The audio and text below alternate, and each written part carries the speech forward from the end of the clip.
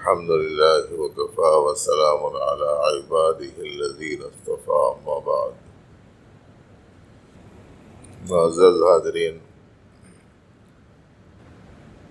اللہ جل شانہ نے انسان کو اس دنیا میں ایک آزمائش کے لیے بھیجا ہے کہ اپنے اختیار سے اچھائی کو اپنائے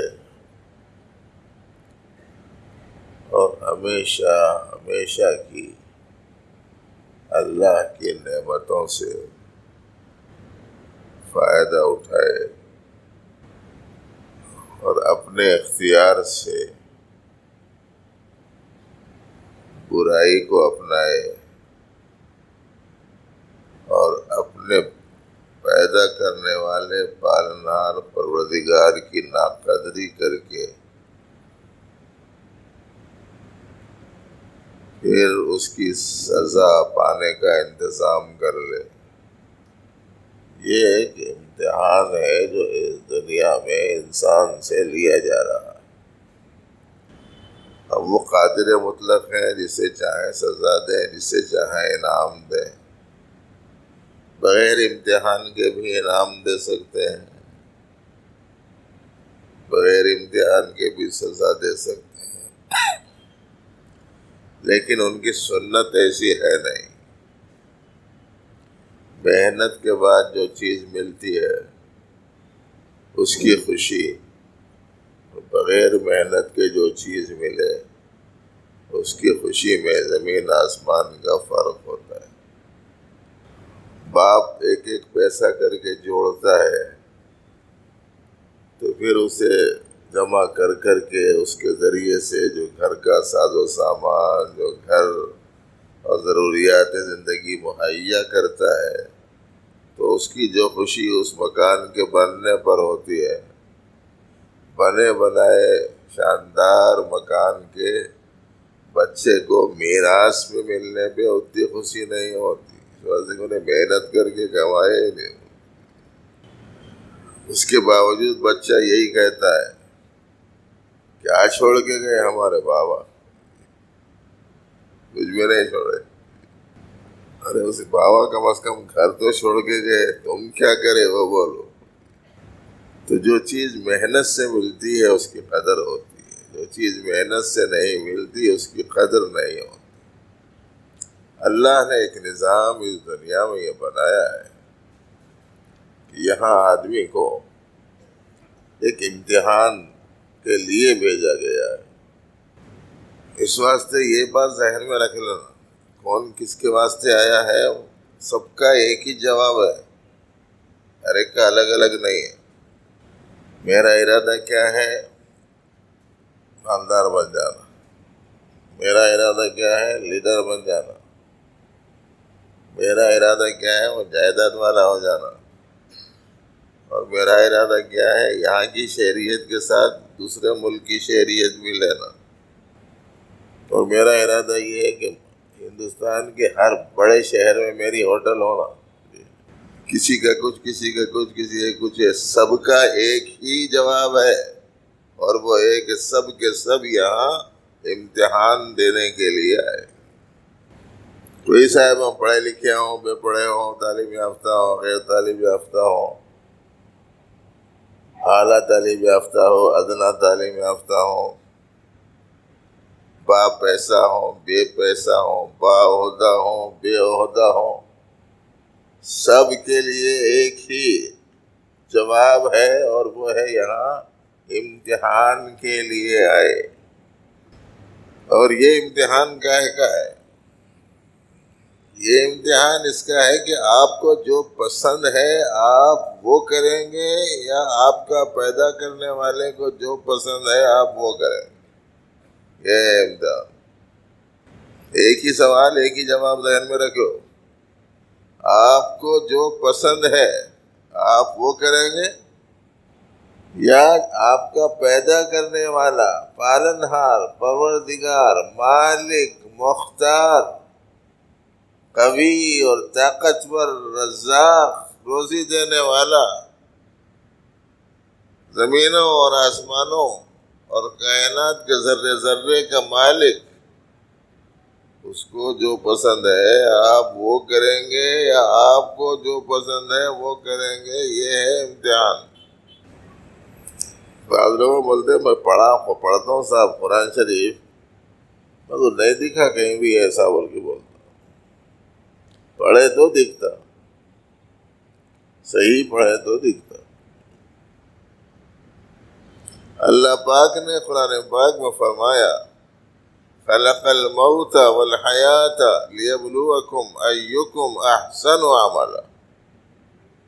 اللہ نے موت کو حیات کو اس لیے بنایا تاکہ تم کو آزمائے کہ تم میں اچھا کام کرنے والا کون ہے۔ حسن عمل، پیدا کرنے والے کی مرضی کے مطابق کام کرنا، یہ حسن عمل ہے یا اپنی مرضی کے مطابق؟ اونر بولے سو کام کرنا اصل ہے یا نوکر بولے سو؟ عجیب بات ہے کہ اونر بولا سو تو پوچھ رہی نہیں، نوکر بولا سو سنتے چلے جا رہے۔ اونر ایک ہے، پوری کائنات نوکر ہے، وہ کسی ملک کا صدر ہو، وزیر ہو، کچھ ہو، اس پوری کے پورے عظیم الشان مکان کا اونر صرف ایک ہے۔ وَلِلَّهِ مُلْكُ السَّمَاوَاتِ وَالْأَرْضِ، آسمانوں اور زمین کی بادشاہت اسی کی ہے۔ بِيَدِهِ الْمُلْكُ، اسی کے ہاتھ میں سلطنت ہے۔ لا الہ الا ہو، اس کے سوا کوئی الہ لائق عبادت، لائق محبت نہیں۔ وَلَهُ أَسْلَمَ مَنْ فِي السَّمَاوَاتِ وَالْأَرْضِ، آسمان و زمین کی ہر چیز اس کی آگے جھک جاتی ہے۔ تو اونر ایک ہی ہے، باقی سب کے سب کیا ہے؟ نوکر ہے، بولے ایسا سننا ان کی ذمہ داری ہے۔ اب یہی دیکھ رہے ہیں نوکروں میں وفادار کون ہے، بے وفا کون ہے، فرما بردار کون ہے، نافرمان کون ہے۔ بس یہ امتحان ہے، یہ امتحان میں کامیاب ہونا اصل ہے۔ اب اس امتحان کا کہ بہت سے شقیں ہیں، مگر آج کی مجلس میں ایک شق آپ کے سامنے رکھی جا رہی ہے، وہ یہ کہ آپ کو سب سے زیادہ پسندیدہ جو چیز ہے اس کو اللہ جل شانہ کی پسند کو ملحوظ رکھتے ہوئے قربان کر دینے کا امتحان عید قربان ہے۔ یاد رکھو یہ اچھا، جو چیز آپ کو سب سے زیادہ پسند ہے اس کو اللہ کے نام پر قربان کر دینے کا نام عید قربان ہے۔ ہم لوگوں کو پتہ نہیں کیا سمجھ رہے ہیں عید قربان بولے۔ نبی رحمت صلی اللہ علیہ وآلہ وسلم سے پوچھا گیا تھا کہ حضور یہ قربانیاں کیا ہیں؟ ما هذه الاضاحی یا رسول اللہ، یہ قربانیاں کیا ہیں؟ آپ نے فرمایا ہی سنت ابیکم ابراہیم، یہ تمہارے والد، تمہارے جد امجد حضرت ابراہیم علیہ السلام کی سنت ہے۔ اب آپ کو معلوم حضرت ابراہیم علیہ السلام کی سنت کیا ہے؟ حضرت ابراہیم علیہ السلام کی سنت بکرا ذبح کرنا ہے کہ بیٹا ذبح کرنا ہے؟ کیا ہے سنت؟ معلوم ہے نا سب کو؟ حضرت ابراہیم علیہ السلام کی سنت بکرا ذبح کرنے کی نہیں ہے، اصل میں بیٹا ذبح کرنے کی ہے۔ اور بیٹے کا مطلب کیا ہے جانتے ہو؟ بیٹے کا مطلب ہے پوری دنیا کی چیزوں میں سب سے زیادہ محبوب چیز کو قربان کرنا۔ 1,00,000 گئے تو گئے، میرا بچہ اچھا ہو گیا تو بس. 10,00,000 خرچ ہوئے تو ہوئے، میرا بچہ اچھا ہو گیا تو بس. تاریخ میں ہم لوگ پڑھتے رہتے، بیٹے کو صحیح سالم دیکھ لی اماں اور بیٹے کو صحیح سالم دیکھ لیا بابا، تو ان کو دیکھ کے بولتے تھے بیٹا اب میں تجھے دیکھ لی صحیح سالم، بیٹا اب میں تجھے دیکھ لیا صحیح سالم، اب میں آرام سے مر جانے کو تیار ہوں، اب مجھے کوئی فکر نہیں میرے ساتھ میں کیا ہوگا. سب سے زیادہ پسندیدہ چیز اولاد ہوتی ہے، اور اولاد میں پھر نرینہ اولاد، اور نرینہ میں پھر ایک لوتی اولاد، اور ایک لوتی اولاد میں بھی لمبے انتظار کے بعد ملنے والی اولاد. جی اس سے زیادہ پسندیدہ کون سی چیز ہوتی ہے؟ اللہ نے اس کا امتحان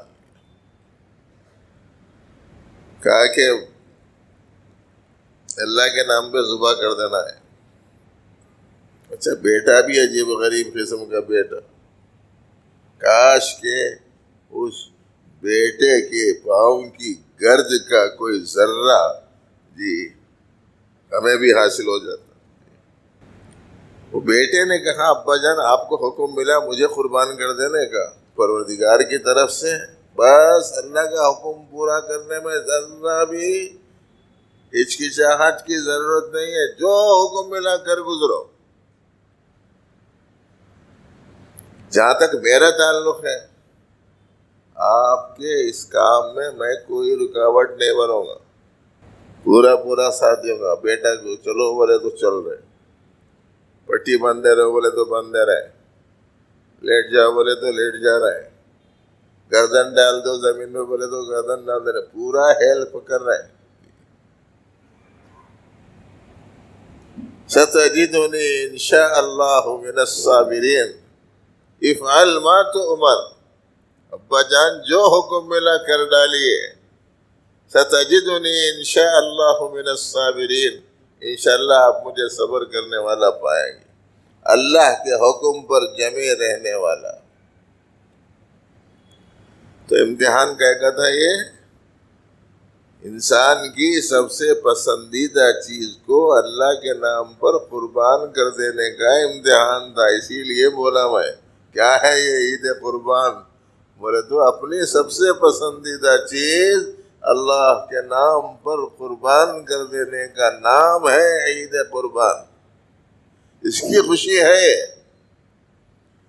اب یہ حقیقت لوگ جانتے نہیں. قیمتی جانور لائے، گھر کے سامنے اسٹول پہ کھڑا کر دیے، اس کے سینگوں کو پھولا باندھ دیے، اس کے گلے میں ہار ڈال دیے، پورے بستی والوں کو بتا رہے ہیں دیکھو کیسا جانور لایا ہوں. اس کا مطلب یہ ہوا کہ وہ بکرا پکار کے بول رہا انہیں کسی اور پر قربان نہیں، انہیں اپنے آپ پہ قربان ہے، پورے لوگوں میری تعریف کرنا بول کے چاہ رہا ہے. یہ ہے حقیقت خرافات میں کھو گئی. لوگ جانتے ہی نہیں ہے کہ حقیقت کیا ہے کسی چیز کی. کاہے کی عید ہے یہ؟ اللہ کے نام پر مر مٹنے میں کامیاب ہونے کی خوشی ہے، اور اللہ کے مرضی کے مطابق اپنی سب سے پسندیدہ چیز کو اللہ کی مرضی پر قربان کر دینے کے امتحان میں پاس ہو جانے کی خوشی ہے. عید کے معنی خوشی کے ہیں. تو کائے کی خوشی ہے؟ اچھا سمجھ لیجیے.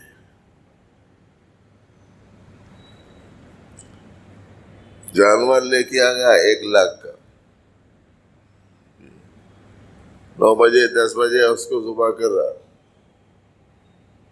فجر کی نماز ادا ہی نہیں کرا، اور وہ 1,00,000 کا جانور بتا کے بول رہا میری جیسی قربانی کوئی بھی نہیں دیا بول کے. صبح میں فیل ہو گیا، اب دوپہر میں کامیاب ہونے کا کیا مسئلہ ہے؟ جب فجر ہی میں فیل ہو گئے تو دوپہر میں کامیابی کا کیا مسئلہ ہے؟ اس واسطے کہ جتنا حکم قربانی کا ہے اس سے بڑا حکم فجر کی نماز کا ہے، اس لیے کہ قربانی واجب ہے صاحب استطاعت پر اور فجر فرض ہے ہر فرد پر. اتنا بڑا فرق ہے دونوں میں.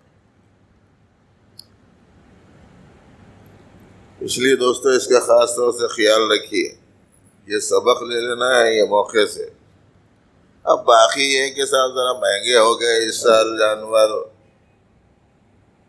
15,000 میں بکرا ہے، کہتے 12,000 میں بکرا، 20,000 میں بکرا، بہت مہنگا ہو گیا. اب تک جو دیکھتے آئے تھے اس کے حساب سے مہنگا ہے، مگر جو ملنے والا ہے نا اس کے حساب سے کچھ بھی مہنگا نہیں ہے. جو ملنے والا ہے اس کے حساب سے کچھ بھی مہنگا نہیں ہے. اس واسطے کہ ہر بال کے بدلے میں ایک نیکی ملنے والی ہے. جی تو 15,000 انچ بالا ہے جانور کے اوپر. جی کیوں نہیں سمجھتے اس چیز کو؟ ذوق سے شوق سے کیوں نہیں کرتے کسی چیز کو؟ اور اگر آپ نے پوٹلا ذبح کر دیا تو ہاتھ رکھے سو اس کے نیچے جتنے بالا آتے نا اتنے پیسوں میں کتنے کی بکرے آتے. گننا مشکل ہے گننا. صحابہ نے پوچھا تھا کیا ملے گا قربانی میں؟ فرمایا کہ جانور کی ہر بال کے بدلے میں ایک نیکی. صحابہ نے پوچھا تھا کہ پھر وہ اون والے جو جانور ہوتے، دمبے وغیرہ، پوٹلے وغیرہ، اس کا کیا؟ فرمایا کہ اون کی ہر بال کے بدلے میں بھی ایک نیکی. اتنا بڑا ثواب ہے. اور اعمال میں اللہ کے نزدیک سب سے زیادہ پسندیدہ یہی عمل ہے. قربانی کے دنوں، قربانی کے دنوں میں قربانی سے زیادہ پسندیدہ عمل کوئی دوسرا نہیں ہے.